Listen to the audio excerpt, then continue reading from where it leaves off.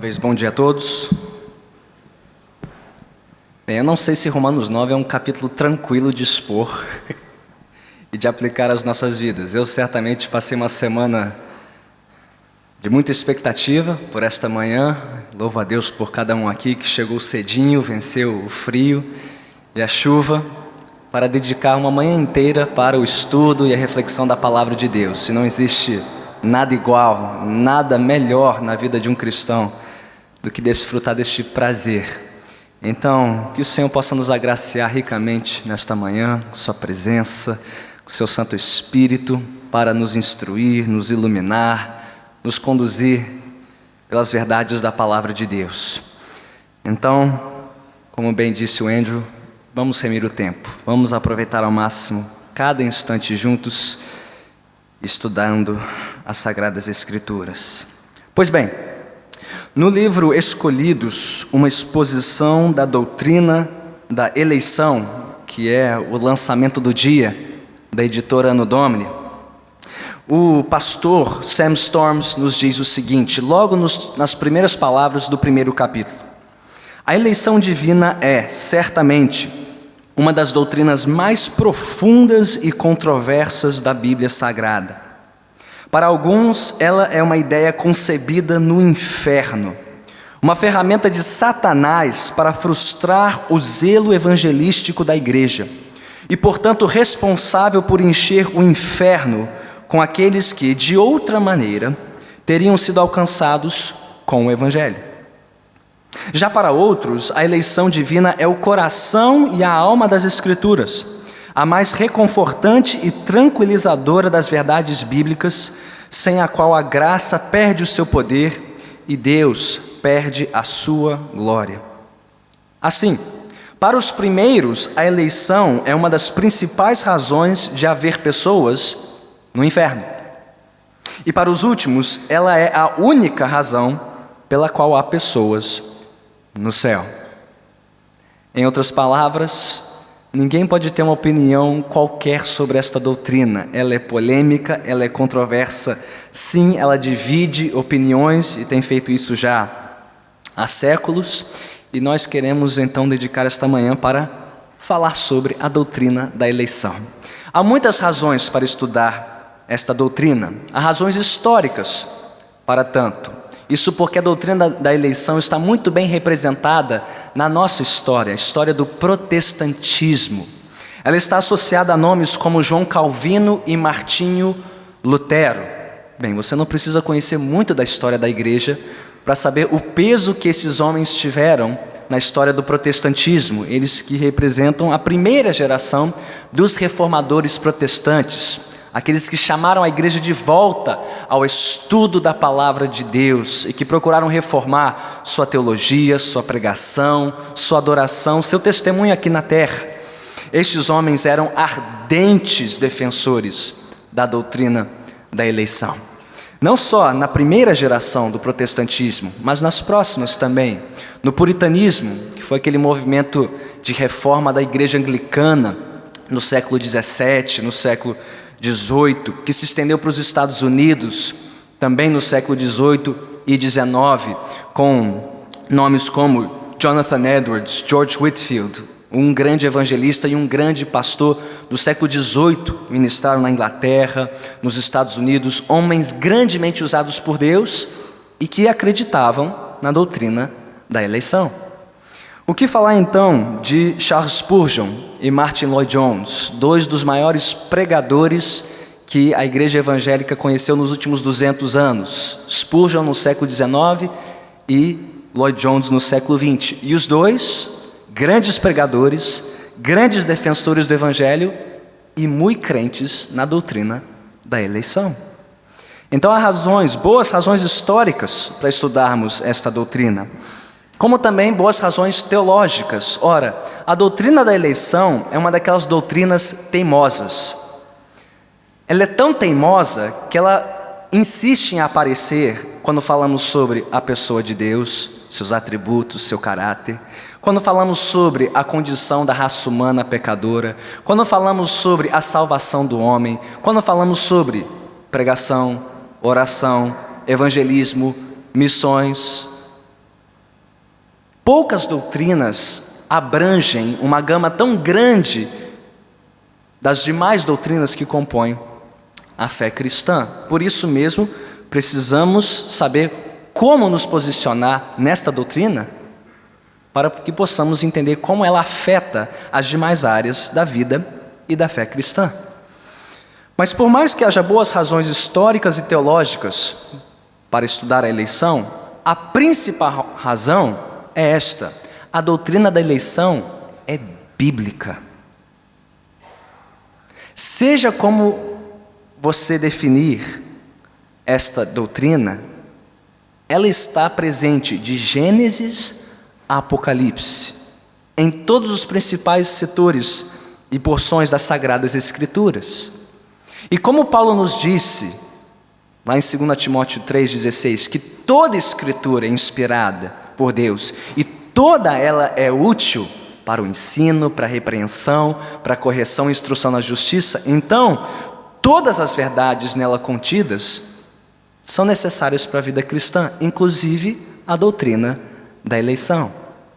Ela não é aquela verdade suja e feia que os autores bíblicos escondem debaixo do tapete. Não, isso aqui é só para alguns na igreja. É só para quem tem estômago para aguentar esses ensinamentos. Não. Quando os autores bíblicos falam de eleição, eles falam abertamente, para que todos possam conhecer a doutrina, todos possam compreendê-la e aplicá-la às suas vidas. Então nós nos propusemos nesta manhã, eu e meu colega pastor Maurício, a fazer exatamente isso: ouvirmos a palavra de Deus. Não estamos aqui para expor João Calvino ou Lutero, não estamos aqui para falar sobre todas as repercussões filosóficas e teológicas da eleição. Nós queremos ouvir a palavra de Deus, o que ela tem a nos dizer sobre a doutrina da eleição. Em dois dos textos mais completos, mais representativos e mais pastorais de toda a Bíblia, no que diz respeito à eleição. Que textos são esses? Ora, os textos de Paulo em Romanos, capítulo 9 e Efésios, capítulo 1. Pastor Maurício nos abençoará com a ministração da palavra em Efésios 1. Eu fiquei responsável por Romanos 9. Então vamos direto para o texto, sem mais demoras. Abra comigo sua Bíblia em Romanos, capítulo 9, a partir do versículo 1.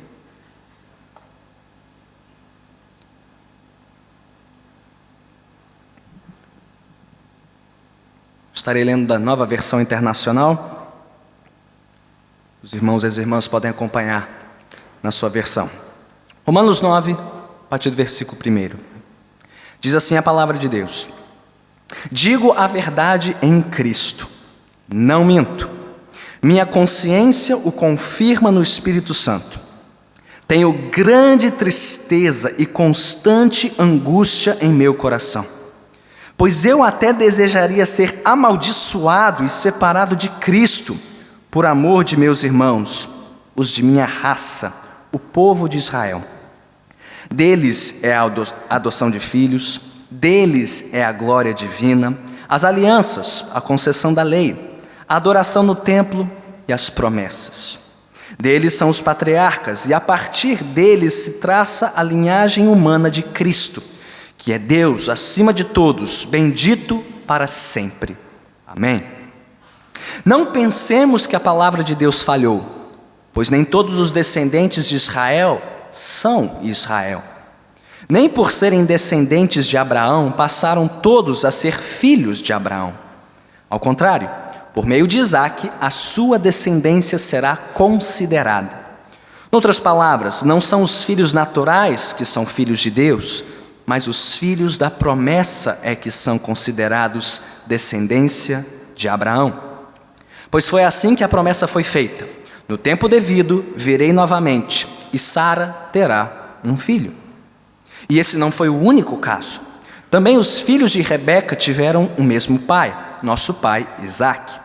Todavia, antes que os gêmeos nascessem, ou fizessem qualquer coisa boa ou má, a fim de que o propósito de Deus, conforme a eleição, permanecesse, não por obras, mas por aquele que chama, foi dito a ela: o mais velho servirá ao mais novo.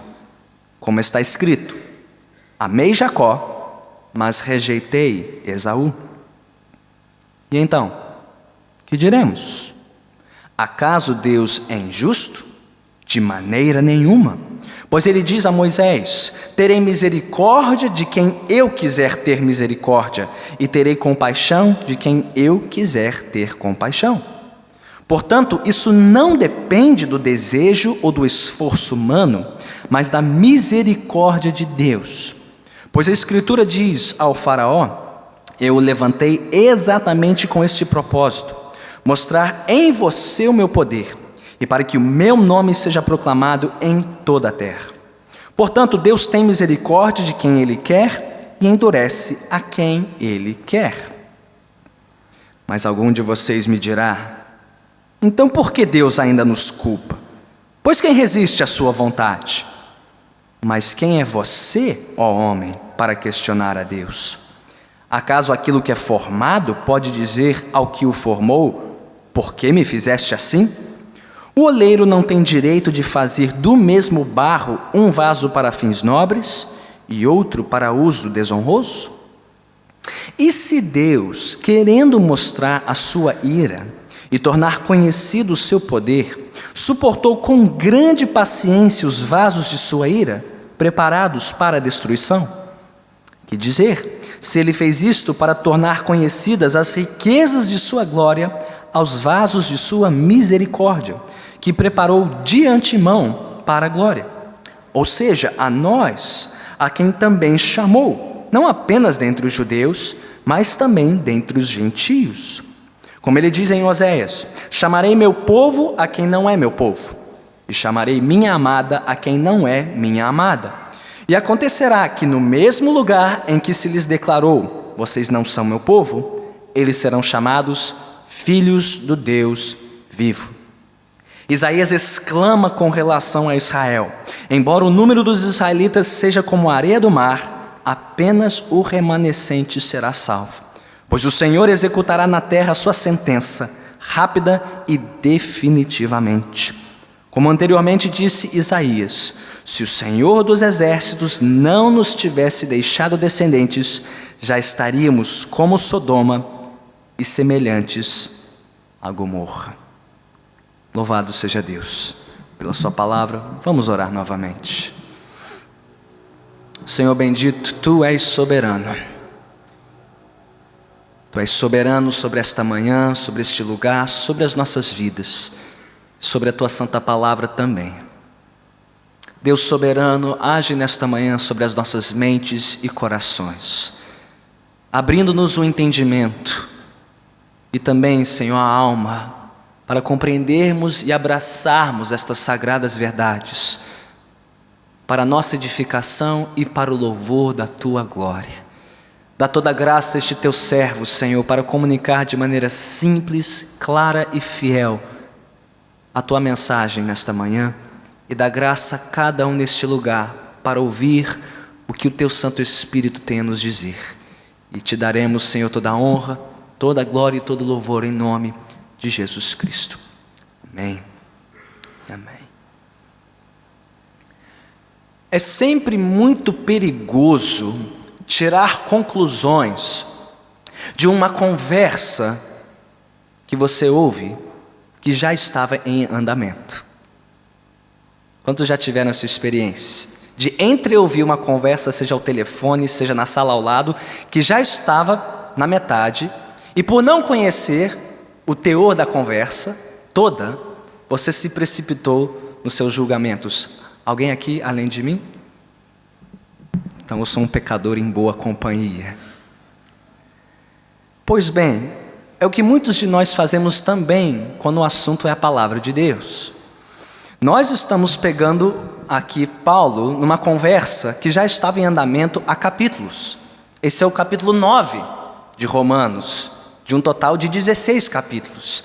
Se nós queremos tirar boas e corretas conclusões deste capítulo 9, temos que entender um pouquinho do teor de toda a conversa que Paulo está travando com seus leitores em Roma por meio de correspondência. Então vamos lá, para aqueles que já estão pouco familiarizados com Romanos.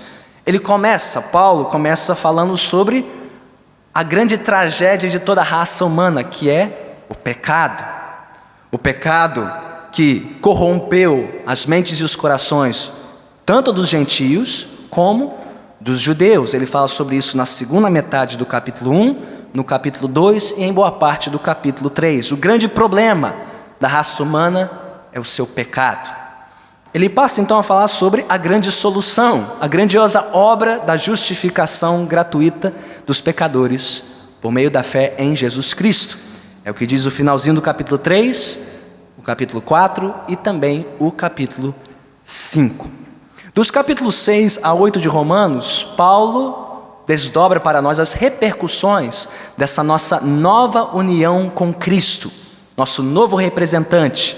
Antes representados por Adão, agora somos representados por Cristo, o chefe de uma nova raça, de uma nova nação, sua igreja, o povo de Deus aqui na terra, unidos a Cristo e habitados pelo Espírito Santo, e crescendo nesta nova vida em Cristo e em santidade. É disso que Paulo fala em Romanos 6, em Romanos 7 e na primeira metade de Romanos 8. E a segunda metade de Romanos 8, muito conhecida de todos, creio eu, termina com algumas grandes esperanças e grandes promessas da parte de Deus para a sua igreja. Paulo termina com aquela conclusão majestosa de que nada pode nos separar do grande amor de Deus por nós em Jesus Cristo, que Deus levará a bom termo esta obra de salvação que Ele iniciou em nossas vidas, desde a nossa justificação em Cristo, a nossa santificação no Espírito, até a nossa glorificação eterna, quando estivermos na presença de Deus. Paulo acabou de fazer essas grandes declarações em Romanos 8. E aí vem a pergunta: será que as promessas de Deus são confiáveis? Ou será que Deus pode falhar na sua palavra? E Paulo fala a partir da sua experiência como judeu, fariseu, ex-membro do povo étnico de Israel, vendo muitos dos seus companheiros e compatriotas ainda incrédulos quanto à mensagem do Evangelho. E aí surge a pergunta: diante da grande incredulidade dos judeus à mensagem do Evangelho, será que os planos de Deus para Israel falharam? Porque se Deus falhou com Israel, qual é a certeza que nós temos de que Ele não falhará com a igreja? Essa é uma questão que envolve todos nós. Não é só uma questão histórica, momentânea. Não é só uma questão pessoal de Paulo, embora ele fale de maneira muito pessoal sobre esta questão. Envolve todos nós. Se Deus falhou uma vez, Ele pode falhar de novo. Se a sua palavra não foi confiável no Antigo Testamento, como podemos confiar nas suas promessas agora, a partir do Novo Testamento? Portanto, Paulo abre um parênteses aqui no seu argumento, em Romanos 9, 10 e 11, para tratar deste assunto. Será que os planos de Deus para o seu povo falharam? E a partir daí, ele conclui o seu argumento dos capítulos 12 a 16, falando sobre a vida cotidiana da igreja, a partir desta confiança que temos nas promessas infalíveis do Senhor. Não temos tempo para expor todo o conteúdo de Romanos 9 a 11, nem para entrar em todos os detalhes técnicos da passagem, mas pelo menos temos tempo para dar um panorama, um sobrevoo aqui sobre os pontos principais da passagem, e sobrando perguntas, ao final da manhã teremos tempo para elas também. Mas no que diz respeito a Romanos 9, versículos 1 a 29, nós temos 3 questões aqui. Primeiro, temos o grande dilema pessoal de Paulo, versículos 1 a 5. Segundo, temos o grande propósito de Deus na eleição, versículos 6 a 13. E então temos 2 grandes perguntas a respeito deste propósito, versículos 14 a 29. Vamos estudar cada uma dessas questões em ordem. Primeiro, versículos 1 a 5 de Romanos 9, o grande dilema pessoal de Paulo. E qual é o grande dilema de Paulo? Nós já o mencionamos. Muitos dos seus irmãos judeus, embora tendo tantos privilégios como o povo de Deus, permaneceram incrédulos. Não creram na mensagem do Evangelho. Paulo fala disso não só como uma questão abstrata, mas profundamente pessoal. Ele usa esses termos. Digo a verdade em Cristo, não minto. Minha consciência o confirma no Espírito Santo. Tenho grande tristeza e constante angústia em meu coração, pois eu até desejaria ser amaldiçoado e separado de Cristo, por amor de meus irmãos, os de minha raça. Note o contexto em que Paulo trata da doutrina da eleição. Isso é algo profundamente pessoal, mexe com a sua consciência, com a sua alma, sua preocupação com seus irmãos. E é nesse contexto que muitos aqui tratam da doutrina da eleição. Pastor, e os da minha casa? E os da minha família? Será que eles são salvos? Será que eles são eleitos? Será que Deus tem um propósito para a vida deles? Bem, ouça Paulo e veja como ele resolve esta questão. Quais são as verdades e as doutrinas que sustentaram Paulo na sua grande angústia e no seu grande dilema? E é muito grande, porque ele continua no versículo 4 e 5 falando de todos aqueles privilégios do povo de Israel. Deles, diz Paulo, é a adoção de filhos. Eles foram escolhidos para preencher um propósito específico na história da redenção. Deles é a concessão da lei, a glória divina, a presença de Deus, as alianças, a concessão da lei, a adoração no templo e as promessas. Eles tinham todas as razões para crer, todas as razões para enxergar o propósito de Deus se desdobrando na história. Eles tinham tudo para se arrepender dos seus pecados e crerem no Senhor Jesus Cristo como cumprimento dessas promessas. Por quê? Ele diz no versículo 5, deles também são os patriarcas, e a partir deles se traça a linhagem humana de Cristo, que é Deus acima de todos, bendito para sempre. Amém. Esse é o grande dilema de Paulo. O povo de Israel tinha todas as razões e todas as condições para enxergar o propósito de Deus e crer em Jesus, mas não creram. Eles preferiram abraçar as sombras ao invés da realidade. Abraçar todo o plano preparatório de Deus para Cristo, mas rejeitaram a Cristo. É o que Paulo diz nos versículos 1 a 4 do capítulo 10, do capítulo seguinte. Você pode anotar e ler depois. Paulo diz, eles têm zelo, mas sem conhecimento. Eles preferiram a sua própria justiça, baseada na lei, do que a justiça providenciada por Deus em Cristo. Não falta zelo, não faltam os privilégios, não faltaram condições, mas eles preferiram abraçar o seu pecado, seu orgulho como nação, e por isso rejeitaram o Messias. E aí vem a pergunta, então será que Deus falhou? E Paulo já respondeu essa pergunta muito antes de chegarmos em Romanos 9. Você quer ver? Guarde o seu lugar em Romanos 9 e volte comigo para Romanos 2, a partir do versículo 28.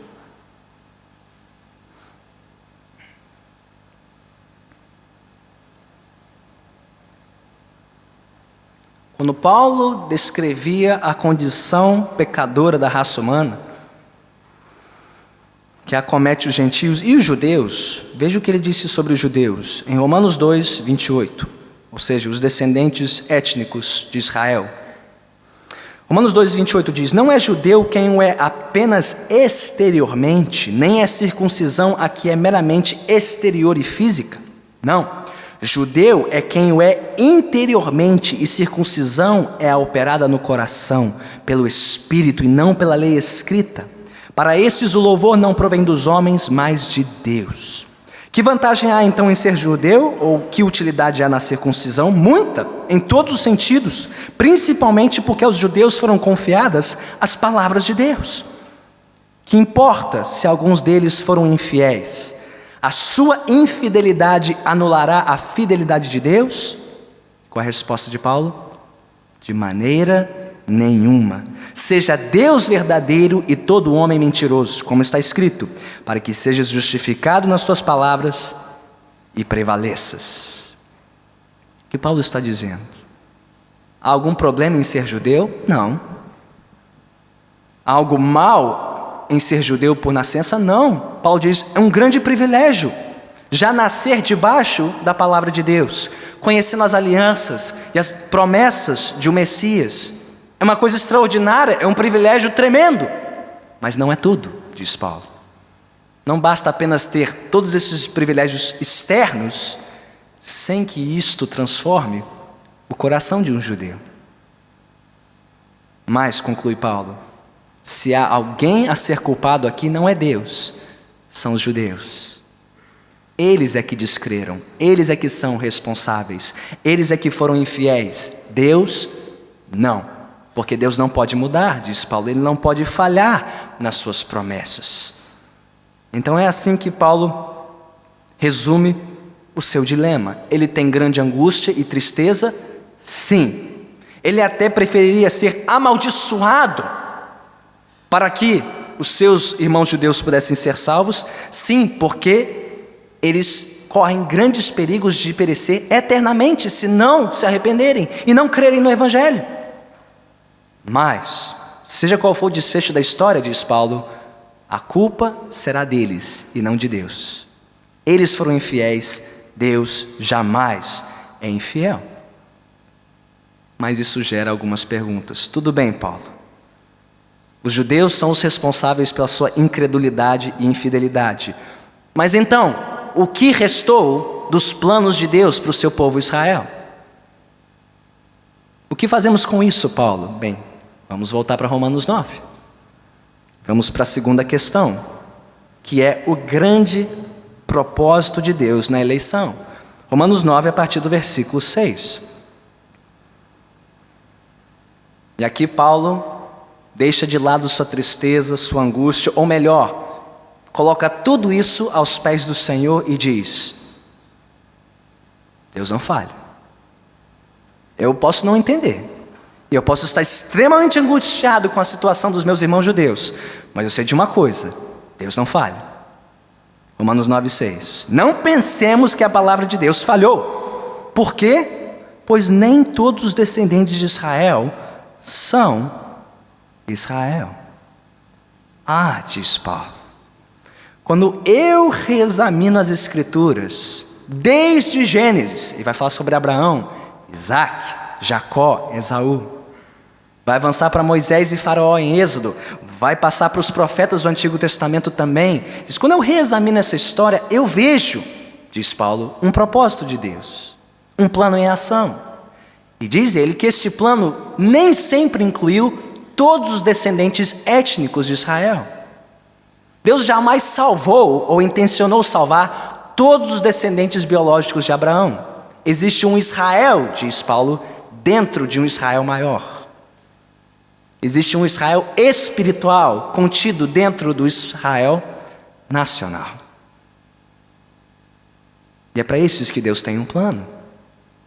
Paulo vai exemplificar isso de duas formas. Nos versículos 7 a 9, falando sobre Isaac.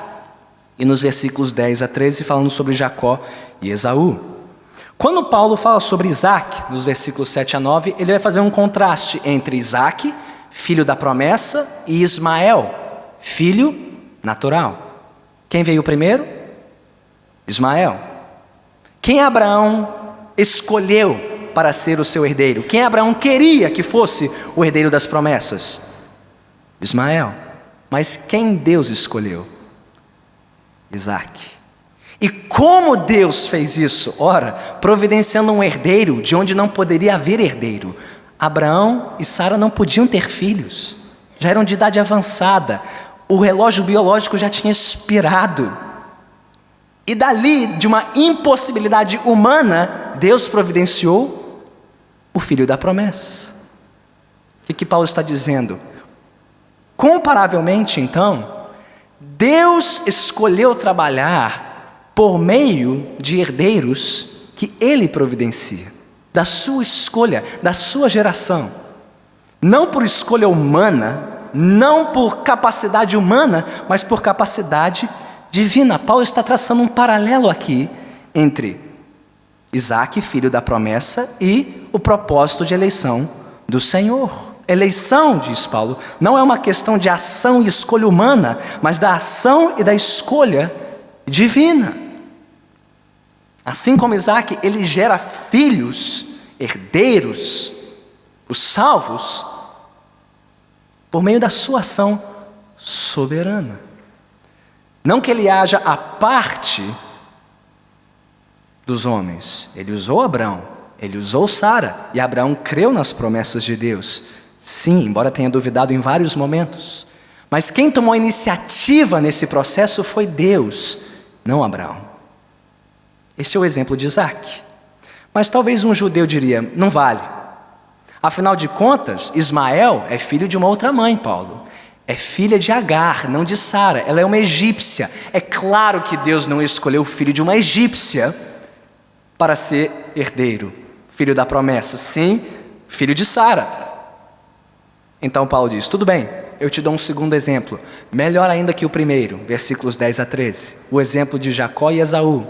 E o exemplo é perfeito, porque Jacó e Esaú têm o mesmo pai, Isaac, a mesma mãe, Rebeca. Eles são gêmeos. E diz Paulo, antes mesmo que tivessem nascido, ou que tivessem feito qualquer coisa boa ou má, e para falar num português bem claro, parêntese, para que o propósito da eleição permanecesse, o que Deus fez? Ele escolheu um e não outro.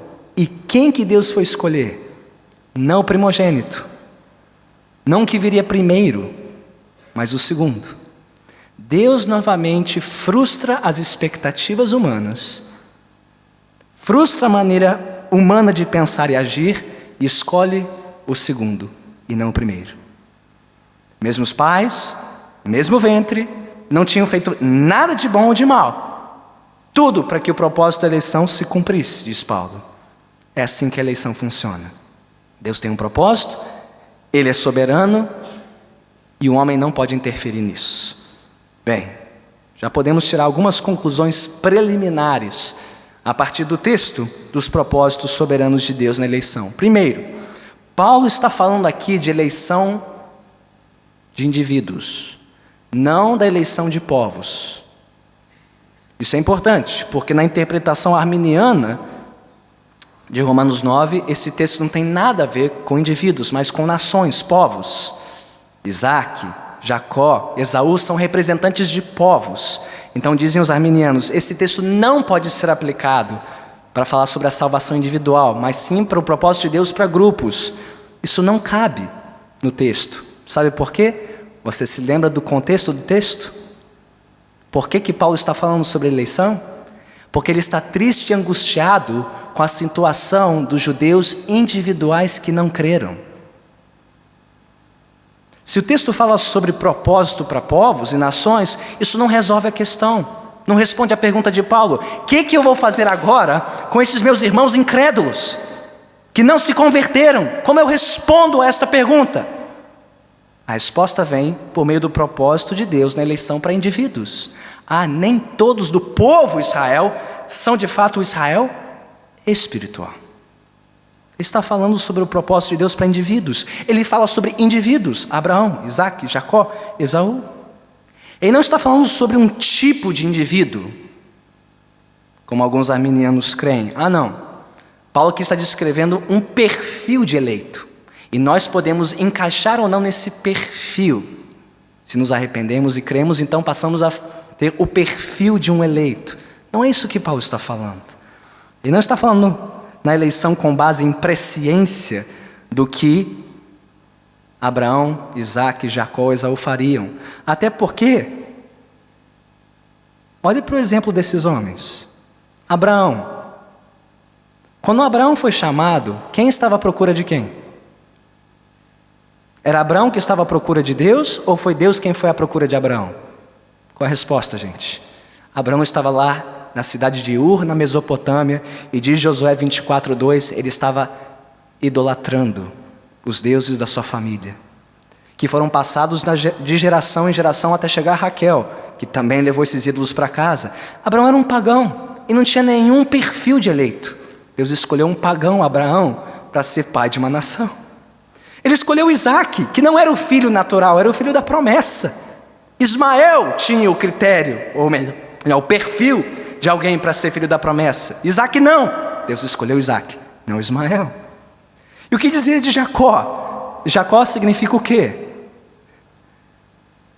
No bom português, no hebraico, usurpador. No português, malandro, um traíra, um esperto. Deus escolheu um esperto para ser pai das 12 tribos de Israel. Sim, o usurpador Jacó se arrependeria, se converteria e continuaria pecando. Mas o que Deus previu em Jacó não seria suficiente para justificar a escolha de Jacó em vez de Esaú. E não faria sentido do que Paulo diz no versículo 11 e 12, para que o propósito de Deus na eleição permanecesse, independente do que fizeram de bom ou ruim. O que mostra que este texto fala sim sobre eleição de indivíduos, sim para a salvação, e sim com base exclusivamente na escolha soberana de Deus, e não com base na presciência da crença ou dos atos dos patriarcas. E se assim não fosse, como explicar o resto do capítulo?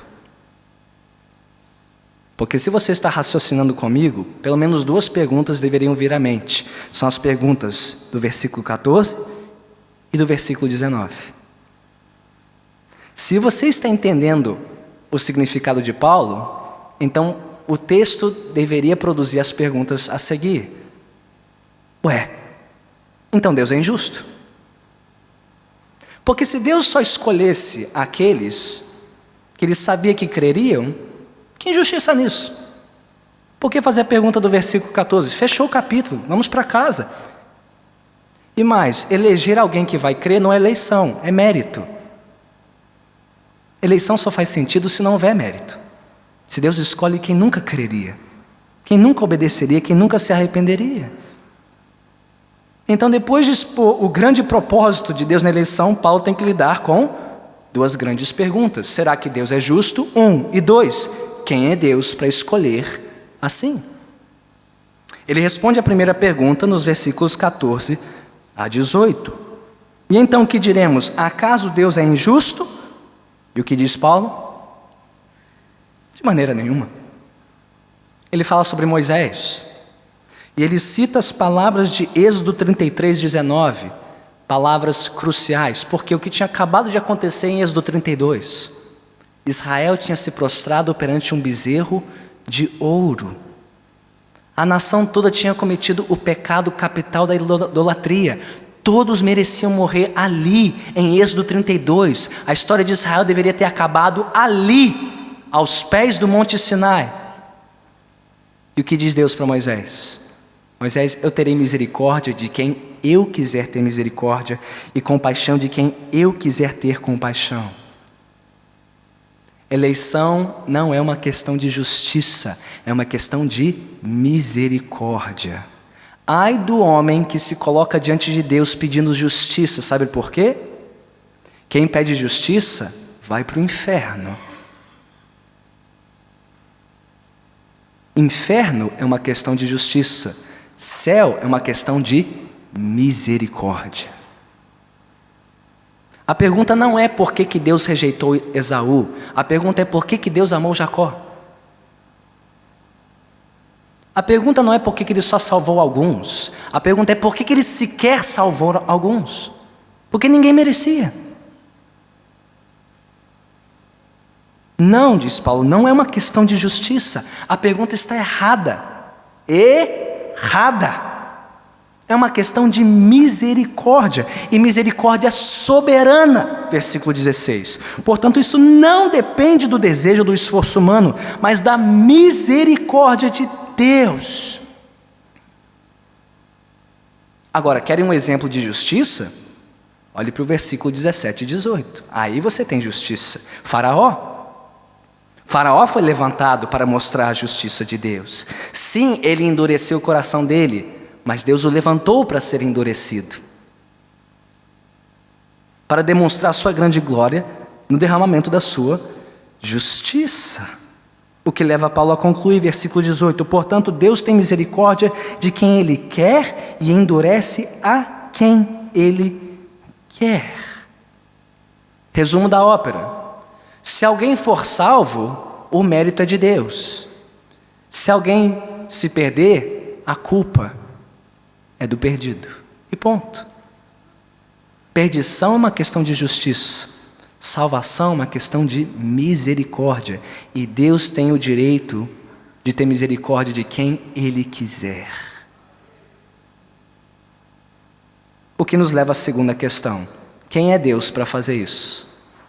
Bem, há duas maneiras de protestar. O carioca deveria saber disso. Você pode protestar pacificamente na rua, por meio do seu voto, por meio de um texto mandado para o jornal, ou você pode despedaçar a figura de um político, quebrar uma agência pública, depredar o patrimônio público. Existe o protestante pacífico e o protestante black bloc. Bem, o black bloc aparece aqui no versículo 19. Ele é aquele aluno de EBD chato que diz: ah não, isso eu não vou tolerar. Isso não, pastor, para aí. Que negócio é esse? Deus. Quem é Deus para fazer uma coisa dessa? Decidir quem vai ser salvo ou não? Bem, Paulo tem um tipo de resposta para o protestante pacífico, versículos 14 a 18. Ele tem um outro tipo de resposta para o crente black bloc. Bem, com você, meu filho, eu vou ter que ser um pouquinho mais duro. Quem é você, fulano, para dizer a Deus o que Ele pode e não pode fazer? Quem és tu, homem? O oleiro presta contas ao vaso? Não. É o vaso que presta contas ao oleiro. O oleiro pode fazer o que ele quiser da mesma massa. Diz Paulo nos versículos 20, 21, 22 e 23. Ele tem direito de fazer do mesmo barro um vaso para fins nobres e outro para uso desonroso. Ele tem livre direito sobre as suas criaturas, tanto quanto um oleiro sobre os vasos de barro, mas isso não quer dizer que ele faz o que faz de maneira aleatória. Tudo o que ele faz por fidelidade ao seu caráter santo e amoroso. Versículo 22, ele honra a si mesmo, executando justiça sobre os vasos de desonra. E versículo 23, ele honra a si mesmo, tendo misericórdia sobre os vasos de misericórdia. Deus sempre age conforme o seu caráter soberano, santo e amoroso. Deus não se contradiz. Jamais. E diz mais Paulo: e se Deus quiser ter mais paciência sobre os vasos de desonra e ira, para demonstrar ainda mais a sua graça e misericórdia com os vasos de honra? Ele é Deus. Ele pode agir como Ele quiser, quando quiser, para a glória dEle. E aí Paulo dá sua tacada final, seu checkmate. E não reclamemos, sabe por quê? Porque se não fosse assim, nós nunca teríamos sido salvos. Versículo 24, Deus é sábio. Ainda bem que Ele não elege só Israel. Ainda bem que a sua graça e misericórdia se estende além do Israel étnico para vocês, gentios, tanto quanto para um remanescente judeu. Paulo começou triste e angustiado, agora ele está louvando a Deus e dizendo: leitores, louvem a Deus comigo, porque se não fosse assim, vocês nunca teriam sido salvos. Vocês ainda estariam perdidos neste mundo. Vocês estariam excluídos do povo de Deus, longe da presença do Senhor. Mas Deus preparou o tempo. Deus fez tudo de acordo com um plano. Os profetas Oséias e Isaías, versículos 25 a 29, profetizaram este dia em que vocês, gentios, seriam incluídos no remanescente dos judeus, para formar um só povo para a glória do Senhor. Então glorifica de pé, igreja. louve a Deus. Não reclame, não duvide, louve a Deus. Porque se Deus não fosse Deus, agindo desta forma, eu e você estaríamos perdidos. Ele poderia ter condenado todos nós para o inferno e seria absolutamente justo nisto. Então não há por que reclamar da justiça de Deus, só há por que louvá-lo pela sua misericórdia. Que diferença isso faz, pastor? Faz muita diferença. Afinal de contas, pastor, não é perigoso ensinar isso na igreja? Não é perigoso ensinar a doutrina da eleição? Isso não gera acomodação? Começar a falar sobre eleição, as pessoas vão se sentir eleitas. E eleição gera acomodação, pastor. Pergunta: nós vamos parar de pregar a doutrina do amor de Deus e da sua graça, porque pessoas abusam do amor de Deus e da sua graça para viverem vidas coniventes com o pecado? Qual é a resposta óbvia? Não. Eu não vou parar de pregar sobre a graça e o amor de Deus porque pessoas abusam desta verdade. Eu tampouco vou jogar a doutrina da eleição para o escanteio porque pessoas se sentem acomodadas com isso. Elas precisam se arrepender da sua acomodação e não da doutrina da eleição. Agora sim, pode produzir acomodação. Claro, os judeus se acomodaram. Nós somos o povo eleito, nós temos a lei, as alianças, o templo. Deus ama mais a nós, a mim. Eu não preciso me preocupar com isso. Claro que pode. Israel é um exemplo vivo do que pode acontecer com uma igreja que se acomoda na graça soberana de Deus. E há muitos reformados acomodados.